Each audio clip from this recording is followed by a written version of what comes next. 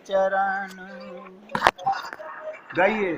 मन भूल मत जइयो राधे रानी के चरण, राधे रानी के चरण, महारानी के चरण,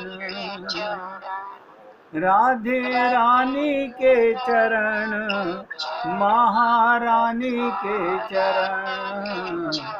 मन भूल मत जइयो राधे रानी के चरण, मन भूल मत जइयो राधे रानी के चरण, राधे रानी के चरण, महारानी के चरण।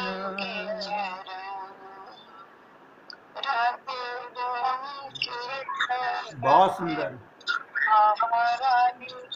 बहुत सुंदर। मन भूल मत जइयो राधे रानी के चरण, राधे रानी के चरण, महारानी के चरण, राधे रानी के चरण, महारानी के चरण। आप सोच सकते हो, ध्यान से सुनिएगा, आप सब सोच सकते हो चर्चा कृष्ण की कर रहे हैं, धुन राधे की लगवा रहे हैं। क्यों कि राधे नाम भगवान श्री कृष्ण का भी है, राधे नाम भगवान श्री कृष्ण का भी है। और विशेष बात कि भगवान का मन 24 घंटे राधे रानी के चरणों में रहता है, और जो भी भक्त राधे रानी का ध्यान करता है, भगवान उसके हृदय में तुरंत जाग जाते हैं, आके बस जाते हैं, अपनी प्रेम का बीजारोपण करने के लिए स्वयं तैयार हो जाते हैं। इसलिए राधे रानी का स्मरण करना बहुत श्रेष्ठ है। अब आगे चर्चा सुनिए। नंद बाबा कहते हैं हम कृष्ण को स्मरण करते हैं। क्या स्मरण करते हैं? पराक्रमण को स्मरण करते हैं। कैसा पराक्रम? देखो, अजगर ने मुझे खाना चाहा, नंद बाबा बता रहे हैं, अजगर ने मुझे खाना चाहा तो कृष्ण ने पांव से छूकर उसको निर्बल बना दिया। पानी के देवता मुझे डुबोना चाहा, कृष्ण ने बचा लिया। अग्नि ने हमको जलाना चाहा, कृष्ण पी गए अग्नि को। वायु देवता ने हमको उड़ाना चाहा, कृष्ण ने पहाड़ की आड़ कर दी। हम उससे किस किस पराक्रम की याद करें? आपको और हमको भी याद आती है, हमारे को अपने परिवार के मेंबरों के पराक्रम की याद आती है। बस अंतर इतना ऐसा नहीं है कि हमारी याद कहीं चली गई है, हमें भगवान के पराक्रम की याद नहीं आती है। यदि कहो हम उसके पास चले क्यों नहीं जाते, तो जब उसने हमें उसमें इतना सामर्थ्य है हमारी इन सबसे रक्षा करने के लिए, तब उसका मिलने का मन होगा तो स्वयं हमारे पास नहीं आएगा क्या? अथवा हमको पकड़कर खींच नहीं लेगा? अब हमारे करने के लिए बाकी क्या रह गया है? हमारी तो सब क्रियाएं स्थिर पड़ गई हैं। योगियों की समाधि में जैसी स्थिति हो जाती है, वैसी स्थिति भक्तों की भगवान के प्रेम में हो जाती है।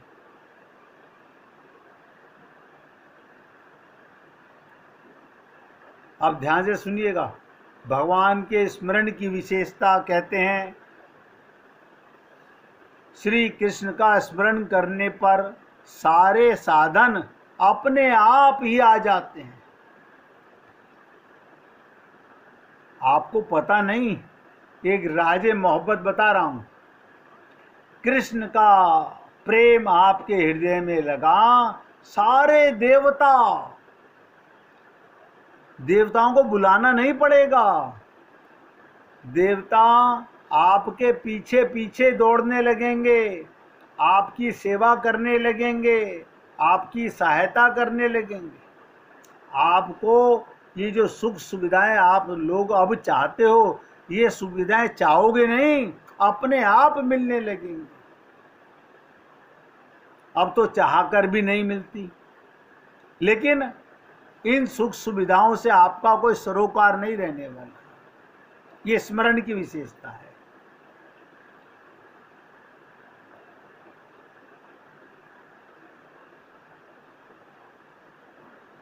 कृष्ण नाम का सुमरण करने से कुंडलिनी भी जागृत हो जाती है। एक महात्मा से पूछा तो वो बोले, योग क्रिया करने की कोई आवश्यकता नहीं, इस कृष्ण नाम में ऐसी शक्ति है, इसमें कुंडली जागृत हो जाएगी। यदि तुम दूसरा साधन करने लगोगे तो मन अन्यत्र चला जाएगा, अन्य आश्रय हो जाएगा, प्रेम की दिशा बदल जाएगी।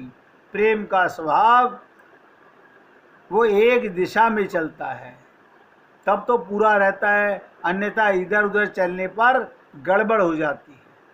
इसलिए प्रीति को एक मार्ग में ले चलना चाहिए। वो कृष्ण कृष्ण का जप करने मात्र से प्राप्त हो जाता है।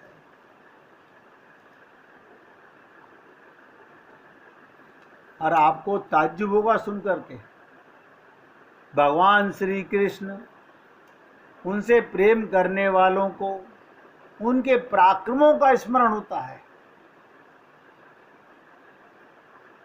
यानी हमारे को भगवान की लीलाएं रटनी नहीं, सुननी नहीं, अपने आप बनने लगेंगी। जो कुछ हो रहा है प्रभु की कृपा से हो रहा है। गोपियां यही तो चर्चा करती हैं आपस में बैठ के, अरे आज बता कृष्ण ने क्या किया तेरे साथ, बताओ, कमाल है। उनके साथ कृष्ण मथुरा में बैठे हैं, अब भी कुछ ना कुछ कर रहे हैं। अब बताओ कि कृष्ण मथुरा में हैं और गोपियों के साथ रोज अभी भी हठखेलियां कर रहे हैं। ये क्या है? उनके हृदय की दशा है, उनके मन की ये व्यथा है।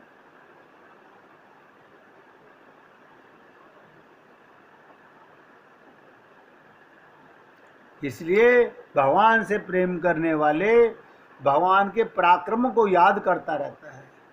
पूतना विष रूप है। पूतना जहर लगा के आई थी ना, वो विष रूप है। सक्टासुर मृतिका रूप है। दावानल अग्नि रूप है। कालिया नाग जल का दोष है। इनमें भी सात्विक राजस तामस दृष्टि में भेद होते हैं। विष तामस दोष है, देखिएगा, जहर जो है वो तामस दोष है, कालिया नाग राजस दोष है, गरुड़ सात्विक दोष है। तो नंद बाबा वर्णन कर रहे हैं कि उद्धव, हमारे सारे कर्म हमसे छूट रहे हैं। क्या मतलब? अब हम मंदिर नहीं जाते। पहले हम वेद पाठ कर लेते थे, किसी संत महात्मा के पास चले जाते थे। अब तो ये एक महात्मा हमारी खोपड़ी में चढ़ गया है, हमारा बेटा, वो कहीं जाने ही नहीं देता। नंद बाबा बता रहे हैं कि उद्धव तुम्हें क्या बताऊं, एक बार हमारा लाला बहुत छोटा था और हमारे मन में जिज्ञासा हुई। क्या जिज्ञासा हुई? जैसे सारे जीवों की होती है, हम तीर्थ यात्रा करने चले जाएं। हम नंदगांव के सारे बुजुर्ग बैठकर प्लानिंग करने लगे, हमें कहाँ कहाँ जाना है। बद्रीनाथ जाना है, केदारनाथ जाना है, यमुनोत्री जाना है, गंगोत्री जाना है, कौन कौन से धाम में हमें जाना है, प्लानिंग कर रहे थे। तो बलराम ने जाकर कृष्ण से कहा तू यहाँ खेल रहा है, बाबा तो सब गांव वालों को लेकर तीर्थ यात्रा पर जाना चाहते हैं।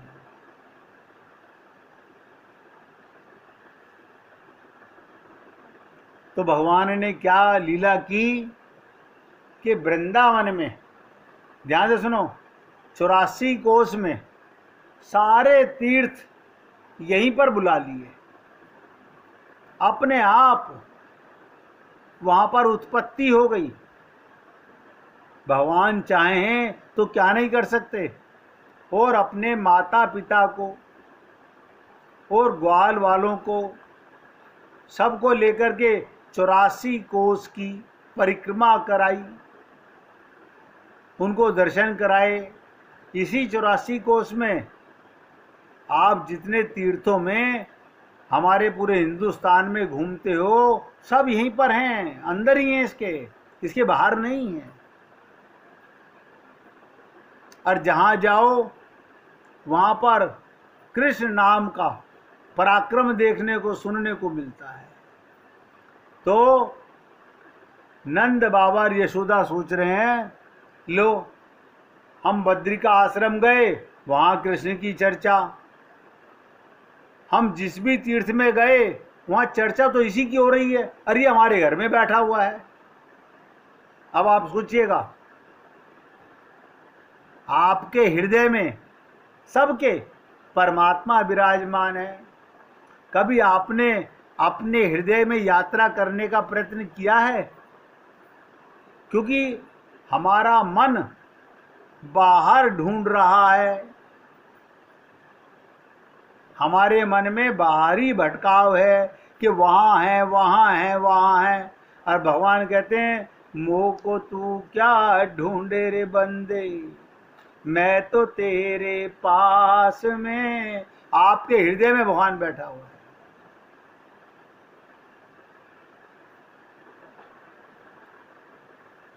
भगवान के जो पराक्रम प्रकट हो रहे हैं, नंद बाबा कहते हैं, वे दुख की निवृत्ति के लिए हैं।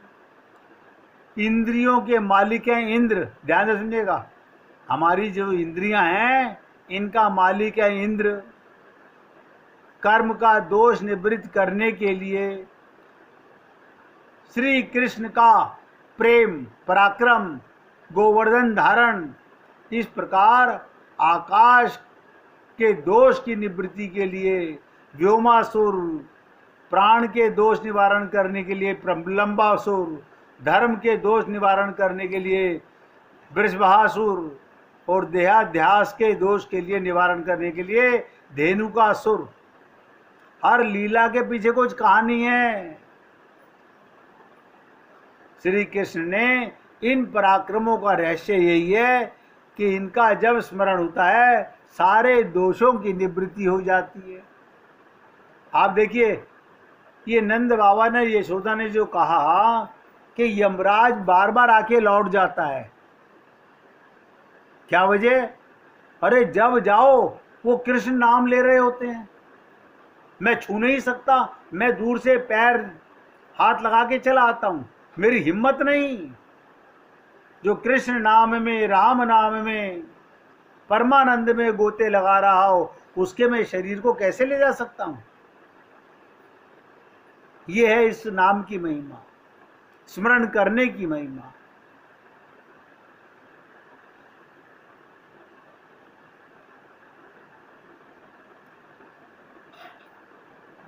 इसलिए कहते हैं, आंखों के कोने से, कनखियों से जो निरीक्षण है, जिसमें तरह तरह के इशारे हैं, जैसे मांग लेना, आंखों से ही मना कर देना, कहीं पहुंचने के लिए कह देना, प्रेम प्रकट कर देना, ये सारी लीलाएं, सारी विचित्रताएं हमारे कृष्ण में भरी हुई हैं। यानी श्री कृष्ण मुख से बोले बिना, ध्यान से सुनो, वाणी का प्रयोग किए बिना केवल आंखों के कोने से बहुत कुछ कहे जाते हैं।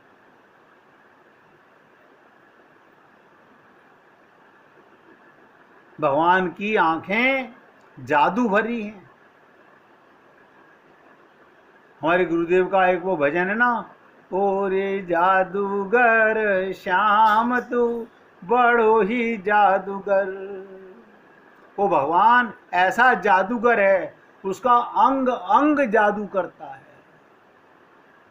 हर अंग से जादू हो रहा है, वो इतना बड़ा जादूगर है।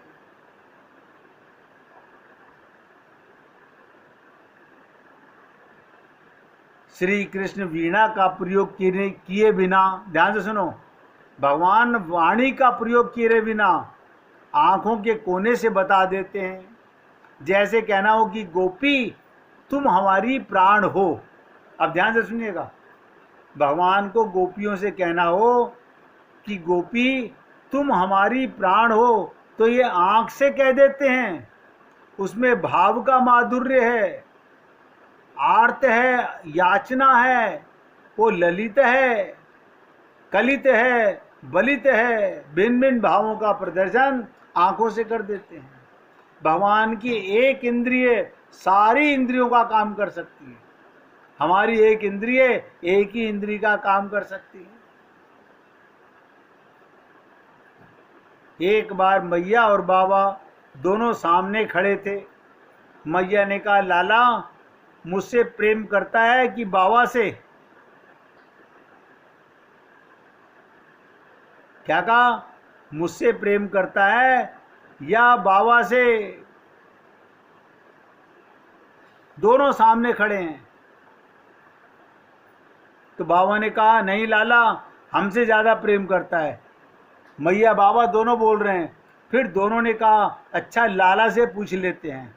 अब कृष्ण मुंह से कह रहे हैं कि बाबा तुम ज्यादा प्रेम करते हो, मेरा तुमसे ज्यादा प्रेम है, लेकिन आंखों से मैया को कह रहे हैं। देखो कमाल की चीज, मुख से बाबा को बहका रहे हैं कि मैं तुझसे ज्यादा प्रेम करता हूं, आंखों से मैया को बता रहे हैं चुप रहना, बोलना नहीं, बाबा को कहने दो, मैंने उनको खुश करने के लिए कहा, हम तुम तो एक है ना भैया। ये इशारे हैं भगवान के। फिर श्री कृष्ण बाबा की गोद में चले गए और कान में कह दिया, बाबा मैं प्रेम तो तुमसे ज्यादा करता हूं, लेकिन मैया दुखी ना हो इसलिए उसकी गोद में जाके बैठ जाता हूं। आप जानते नहीं, किसी रोज यूं ही करत कछु दिवस में भगवान के इशारे, भगवान के अंग प्रत्यंग आपको नजर आने लगेंगे। मगर कब? जब प्रेम का बीजारोपण होगा, जब आत्मज्ञान होगा, जब भगवान के प्रेम की हमें लालसा लगेगी।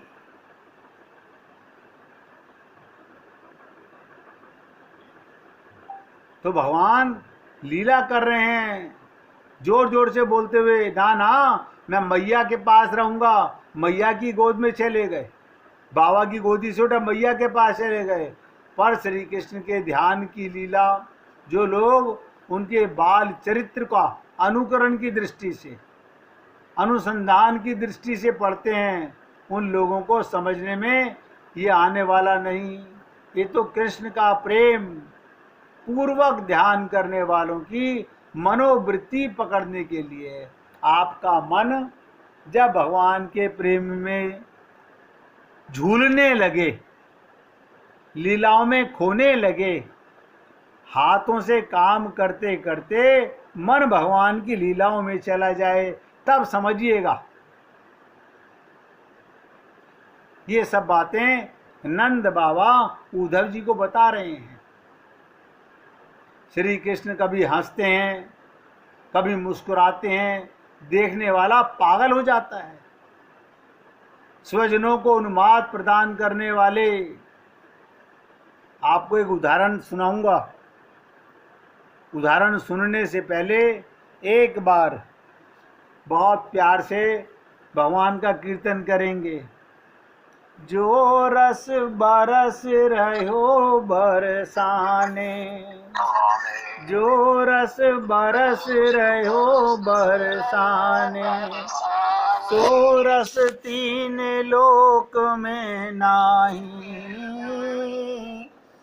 जो रस बरस रह्यो बरसाने।